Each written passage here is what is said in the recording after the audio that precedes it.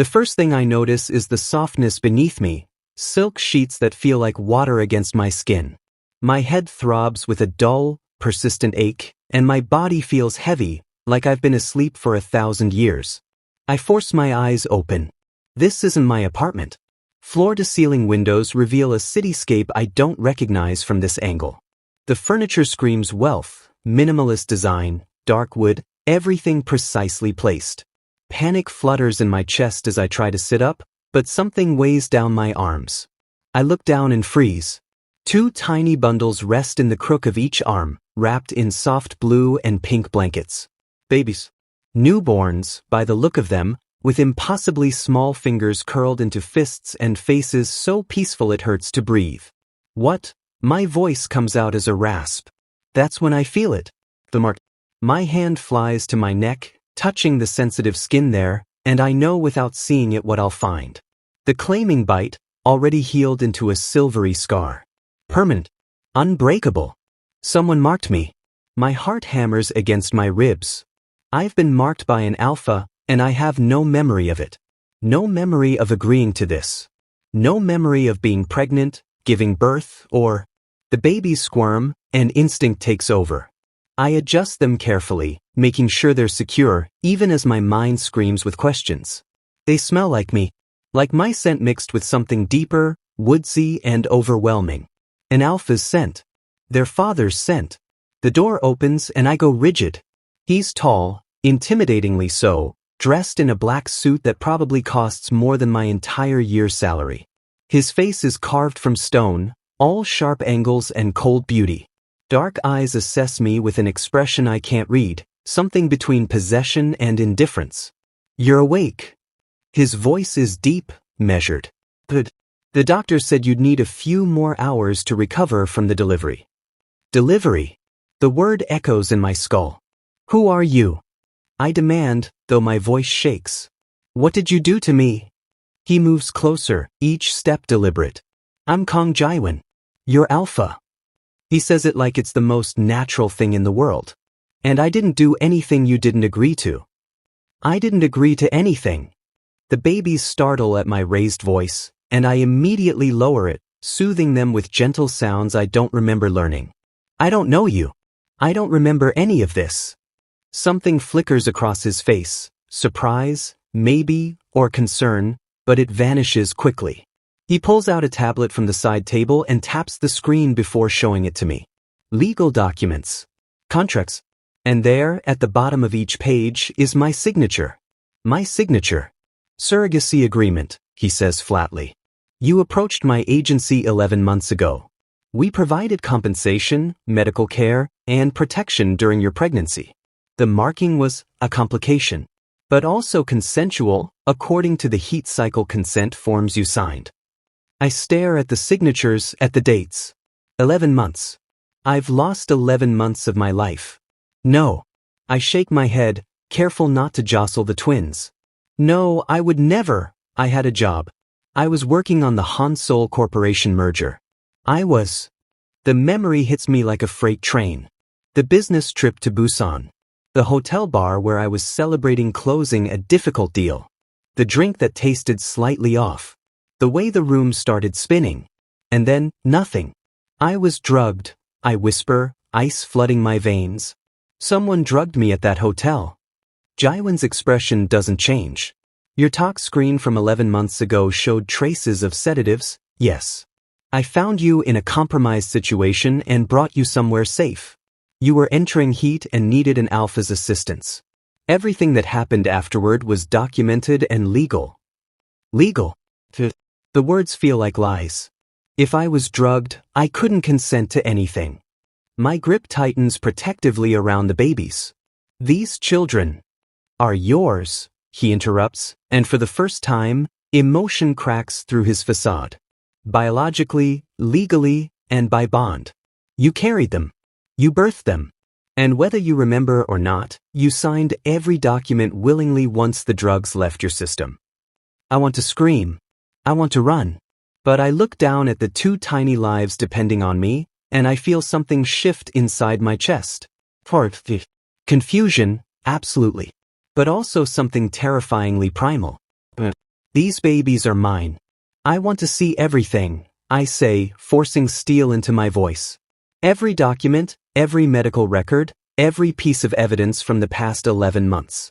And I want my phone. My old life. I need to know what happened to me.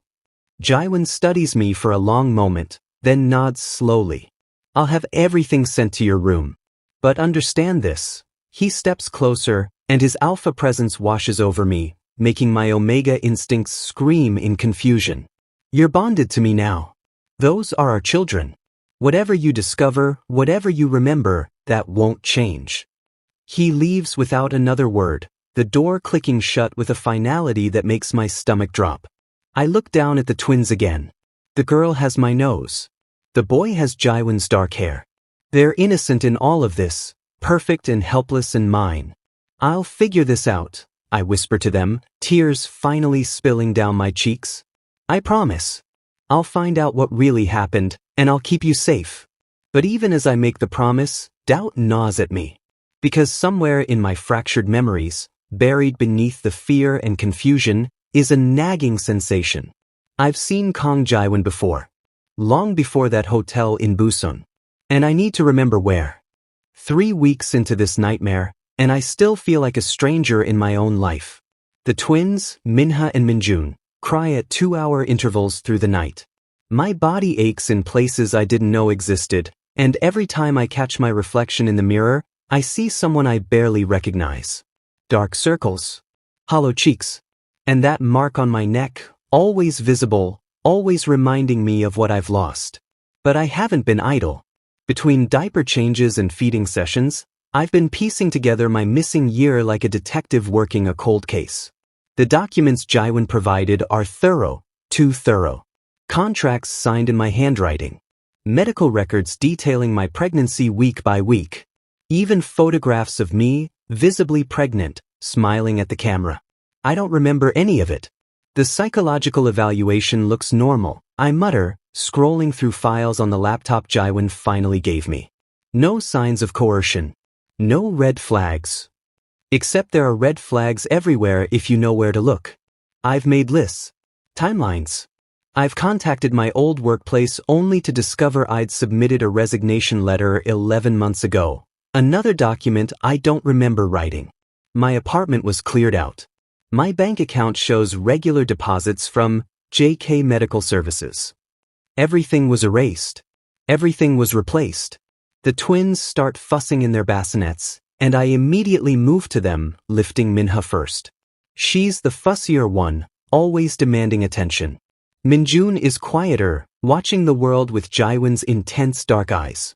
Your father is either a master manipulator or telling the truth, I whisper to them as I prepare bottles with one hand, a skill I've reluctantly mastered. And I need to figure out which. The penthouse door opens. Jiwon returns from work exactly at 7, like clockwork. He loosens his tie as he enters, his eyes immediately finding us. They need to be burped after feeding, he says, moving closer. You're holding Manhwa at the wrong angle. Irritation flares. I've been doing this for 3 weeks. I think I know. He takes Manhwa from my arms before I can protest, adjusting her position with practiced ease. Within seconds, she burps and settles contentedly against his shoulder. I hate that he's good at this. I found something, I say abruptly, deciding to go on the offensive. In the hotel security footage from that night in Busan. The footage you claimed didn't exist. His expression remains neutral, but I catch the slight tension in his shoulders. Where did you get access to that? I have friends in IT. People who actually remember me. I pull up the video on my laptop, turning it toward him. Watch. 30-second mark. The grainy footage shows me at the hotel bar, alone. Then a woman approaches, professional-looking, mid-30s. She says something. I smile, shake my head. She insists. Eventually, I accept a drink from the bartender she signals. That woman, I continue, my voice hard, is Choi Sarah. She works for Daehan Industries. The same company that was competing against Hansol Corporation for the merger I was working on. Jiwon's jaw tightens. He knows I've caught him in something. Keep watching, he says quietly. The footage jumps forward. Now I'm stumbling, clearly disoriented. Choi Sarah is leading me toward the elevators. But then, Jiwon appears in the frame. He intercepts us. There's a confrontation I can't hear. Security gets involved. Choi Sarah leaves and Jiwon takes me away. You knew, I breathe, something cold settling in my chest. You knew I was drugged. You knew someone was trying to, what? Kidnap me? Blackmail me? Yes. His admission is stark. Daehan Industries wanted leverage against Han Sol. You were their target. I got you out of there before they could take you somewhere worse. So you're a hero. My laugh is bitter. Is that what you tell yourself? You rescued me and then you just took advantage of my heat cycle? Marked me? Got me pregnant? It wasn't like that. For the first time, I hear genuine emotion in his voice. Frustration. Maybe even pain. You were going into heat in my car. If I'd taken you to a hospital, you would have been vulnerable to any alpha there. If I'd left you alone. You had options. I'm shouting now, and both twins start crying. I immediately regret it, moving to comfort Minjun while Jiwon handles Minha. We work in synchronized silence until both babies calm down. When we're done, Jiwon sets Minha carefully in her bassinet and turns to me. I did have options. And I made choices I'm not proud of. But there's something you need to understand. He pulls out his phone, scrolling to a photo album I haven't seen before. He hands it to me. The first photo stops my heart. It's old, the colors are faded, the edges worn. 2 children, maybe 7 or 8 years old, grinning at the camera. 2 boys, one with serious eyes and one with a bright smile. The boy with the bright smile is me. The other boy is Jiwon. What? My hands are shaking. What is this? We grew up together, he says softly. Our families were close. You were my best friend until your father's company went bankrupt when we were 10. Your family moved away suddenly. I tried to find you for years. I swipe through more photos. Birthday parties. School festivals. The 2 of us always side by side. Memories I don't have. Memories that were somehow buried so deep I never accessed them. When I saw you in that hotel, Jiwon continues, drugged and in danger, I didn't think. I just knew I couldn't lose you again. Everything I did, getting you somewhere safe, helping you through your heat, the contracts, the arrangement, I convinced myself I was protecting you. That this time I could keep you safe. By trapping me? My voice cracks. By making sure I could never leave? By making sure you'd have a reason to remember me. His eyes meet mine, and I see something raw there. Something desperate. Even if you hated me for it. The confession hangs between us. I should feel vindicated, angry, betrayed. Instead, I feel something shifting inside me. Fragments of memory trying to surface. A boy's laugh. A promise made under cherry blossoms. A feeling of safety I haven't felt in years. My phone buzzes. An unknown number. The text message is simple, we're coming for what's ours. The twins have value you can't imagine. The phone slips from my hands. Jiwon sees my expression and immediately checks the message. His face goes stone cold. Pack a bag. We're leaving. What? Who? Daehan Industries, he says grimly. They're not done with you. And now they know about Minha and Minjun. The safe house is nothing like Jiwon's penthouse. It's a traditional hanok tucked away in the mountains, 2 hours outside Seoul. Wooden beams, paper doors, and a silence so complete it makes my ears ring. We'll be safe here, Jiwon says, carrying both twins in their car seats. No one knows about this place except my mother. His mother. Another piece of information I'm still processing. It's been 4 days since the threat. 4 days of looking over my shoulder, of checking on the twins every hour, of trying to understand why anyone would want to hurt 2 innocent babies. And 4 days of living in close quarters with Jiwon, watching him transform from cold Seo into something softer. Something that terrifies me more than his distance ever did. Here. He hands me a cup of tea, settling beside me on the heated floor. The twins are finally asleep after a difficult evening. Chamomile. It'll help you rest. I don't need rest. I need answers. But I take the cup anyway, wrapping my hands around its warmth. Why do they want the twins? What value could two newborns possibly have? Jiwon is quiet for a long moment. When he speaks, his voice is heavy. Your bloodline. You're a carrier of an extremely rare genetic marker, one that only appears in certain Omega families. Daehan Industries has been researching it for years. They believe it's the key to developing enhanced pharmaceuticals. The tea turns bitter in my mouth. You're saying they drug me to the what? Steal my genetic material? To force you into a situation where they could control your reproduction? Yes. His jaw clenches. When I found you that night, I accessed their files. They had plans for you, clinical, cold plans that treated you like property. Horror crawls up my spine. And you? Did you know about my bloodline before that night? No. He meets my eyes steadily. I knew you were special. I always knew that. But I didn't know about the genetic marker until after. He stops, jaw working. After we bonded. After I had the twins' DNA tested for health screening. So now our children have this marker too. It's not a question. Yes. Which makes them targets. He runs a hand through his hair, and for the first time, I see how exhausted he looks. I've been working to shut down their research, to expose what they're doing. But they're powerful, and they have connections everywhere. A cry interrupts us. Minjun, always the first to wake. I move automatically, lifting him from the bassinet and cradling him against my chest. His tiny hand grabs my finger with surprising strength. I remember something, I say quietly, surprising myself. From when we were kids. There was a tree house behind your family's estate. Jiwon goes still. The cherry tree. We made a promise there. The memory surfaces like something from a dream. We said we'd always protect each other. That we'd never leave each other behind. You were 8. I was 9. His voice is rough. And then your father's company collapsed, and you were gone the next day. No goodbye. No explanation. Just gone. I look at him, really look at him, and see the boy I forgot. The serious child who shared his lunch when I forgot mine. Who stood up to bullies twice his size. Who cried at my goodbye party even though he tried to hide it. I didn't want to leave, I whisper. My father, he was ashamed. He took us away in the middle of the night. I asked about you for months, but he refused to talk about our old life.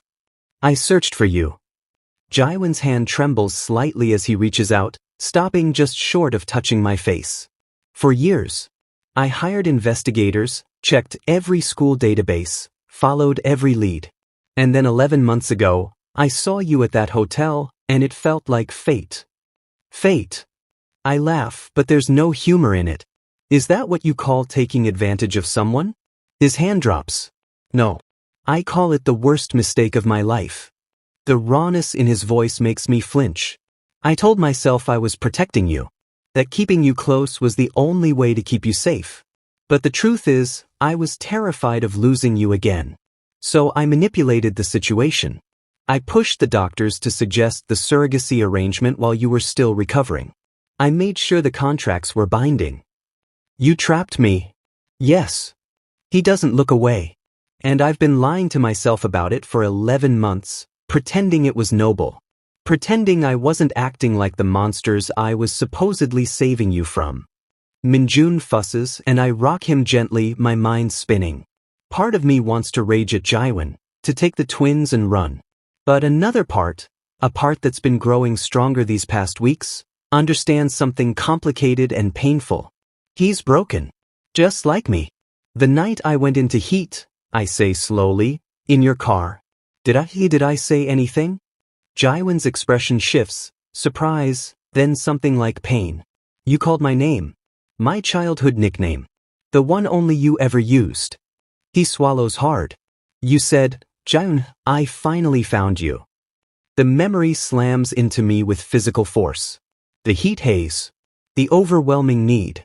And underneath it all, a recognition so profound it felt like coming home. I did know him. Some part of me, buried deep, had always known him. I hate this, I say, my voice breaking. I hate that I can't remember. I hate that you made choices for me. I hate that every time I look at you, I feel angry and safe and terrified all at once. I know. He moves closer and I don't stop him. I hate it too. I hate that I hurt you. That I let my fear and selfishness override everything else. Minjun settles against me, content now. Across the room, Minha sleeps on, oblivious to the adults unraveling around her. We need a plan, I say finally. For Daehan Industries. For keeping the twins safe. I have evidence, Jiwon says. Enough to destroy them. But going public means exposing you, exposing the twins. It means everyone knowing about the genetic marker. Then we find another way. I look at him, and something slots into place. Together. Like we promised when we were kids. For the first time since I woke up in his penthouse, Jiwon smiles. Really smiles. It transforms his face, makes him look young and hopeful and heartbreakingly familiar. Together, he agrees. My phone vibrates. Another unknown number. But this time, the message makes my blood run cold. We have your mother. Come alone, or she dies. You have 24 hours. The world narrows to that single message on my screen. My mother.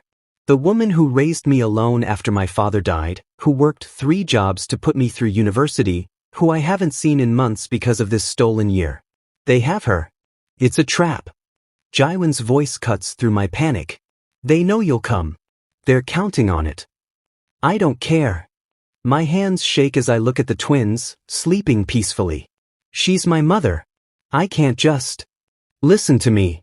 Jiwon grips my shoulders, forcing me to meet his eyes. If you go alone, they'll take you. They'll take your genetic material, and they'll disappear. You'll never see the twins again. Your mother will still be leverage. So what do I do? The words come out as a sob. Let her die. No. His voice turns hard, calculated. We make them think you're coming alone. But we set our own trap. The next 18 hours blur together in a haze of planning. Jiwon makes calls to people he trusts. A security team, a lawyer, even a journalist with connections to government oversight committees. I feed the twins, memorize their faces, and try not to think about what could go wrong. If something happens to me, I tell Jiwon as we prepare to leave, promise you'll raise them right. No lies. No manipulation. Just love. Nothing's going to happen to you. But he pulls me close, and I feel his heart racing against mine. I won't lose you again. Not like this. The meeting location is an abandoned pharmaceutical plant on the outskirts of Seoul, fitting in a grim way. Jiwon's security team is positioned around the perimeter, hidden. I'm wearing a wire so thin I can barely feel it. I walk in alone as instructed. The main floor is cavernous, filled with rusted equipment and broken windows. My footsteps echo. In the center, under a shaft of moonlight, my mother sits tied to a chair. Relief floods through me. She's alive, conscious, and glaring at her captors with the fury I remember from childhood. Mom! I start forward, but a figure steps from the shadows. Choi Sarah. The woman from the hotel. Such a devoted son, she says, her smile cold. Willing to sacrifice everything for family. It's admirable, really. Let her go. You have me. That's what you wanted, right? Oh, we want much more than that. She nods, and 2 men grab me before I can react. One jabs something into my neck. A sedative. The world starts to swim. Your cooperation, for starters. You and those twins will be very useful to our research. Through the haze, I see my mother struggling against her bonds. I see Choi Sarah pulling out a syringe filled with something that glows faintly blue. And I see Jiwon crash through the skylight above. Glass rains down like stars. He lands in a crouch, and suddenly the warehouse erupts into chaos. His security team floods in from every entrance. The men holding me drop as tranquilizer darts hit them. Choi Sarah runs, but Jiwon is faster. He tackles her to the ground, the glowing syringe skittering away across the concrete. You think you've won? Sarah spits blood, laughing. We have backups. We have funding. You can't stop all of us. No. A new voice echoes through the warehouse. But I can. A woman in a prosecutor's badge steps into the light, flanked by police. Behind her, news cameras are already rolling. Choi Sarah, you're under arrest for kidnapping, corporate espionage, and violations of the Genetic Privacy Act. Everything you've said and done here tonight has been recorded. The sedative is pulling me under, but I fight it long enough to see my mother freed, to see Jiwon running toward me, to see Choi Sarah's expression crumble into disbelief. I've got you, Jiwon whispers as he catches me. Stay with me. Please. The twins, I manage. Are they safe? They're with my mother. They're safe. I let the darkness take me. I wake in a hospital room flooded with afternoon sunlight. Jiwon sits beside my bed, hair disheveled, still wearing yesterday's clothes. The twins are in his arms, one tucked into each elbow. He's reading them a story in a soft voice, something about a rabbit and a tiger. You're terrible at voices, I croak. His head snaps up, and the relief on his face is so intense it hurts to see. You're awake. Thank God. The doctors said the sedative wasn't dangerous, but you've been out for 16 hours and Jiwon. I reach out, and he carefully shifts the twins so he can take my hand. My mother? Fine. Shaken, but fine. She's been here every hour, threatening to sue everyone from Daehan Industries to the hospital cafeteria. A ghost of a smile. She's terrifying. I can see where you get it from. I laugh, and it turns into a sob. It's over? Really over? Daehan Industries' entire board is under investigation. Their research has been seized. Choi Sarah is facing 20 years minimum. He squeezes my hand. You're safe. The twins are safe. And your genetic marker is now protected under privacy laws. The twins start fussing and instinct takes over. Jiwon helps me sit up, arranging pillows, and then carefully places Manhwa and Minjun in my arms. They settle immediately, making those small contented sounds that never fail to make my heart ache. I remember more, I say quietly. From when we were kids. The treehouse. The promises. There was a summer where we said we'd get married someday. Jiwon goes very still. We were 8 and 9. Playing pretend. Were we? I look at him, really look at him. At the man who saved me, who trapped me, who fought for me. Who holds our children like they're made of starlight. Or were we just too young to understand what we felt? I don't know. His voice is raw. All I know is that I love you. I've loved you since we were kids, and I loved you when I made terrible choices, and I love you now even though I don't deserve to. You're right. I watch emotions flicker across his face. Hope, fear, resignation. You don't deserve it. Not yet. You have years of making this up to me. Years. His voice cracks on the word. At least. I shift Minjun slightly, making room. Starting with helping me with night feedings. And changing diapers. And maybe, eventually, learning to trust each other again. I can do that. He moves closer, his hand hovering near my face. I can do all of that. Good. I lean into his touch, feeling the bond between us hum with something new. Not just biology or fate, but choice. Because these two deserve parents who choose each other every day. Who choose honesty. Who choose love. Jiwon kisses my forehead, gentle and reverent. Every day, he promises. For the rest of our lives. Through the window, cherry blossoms drift past, late bloomers, unseasonable but beautiful.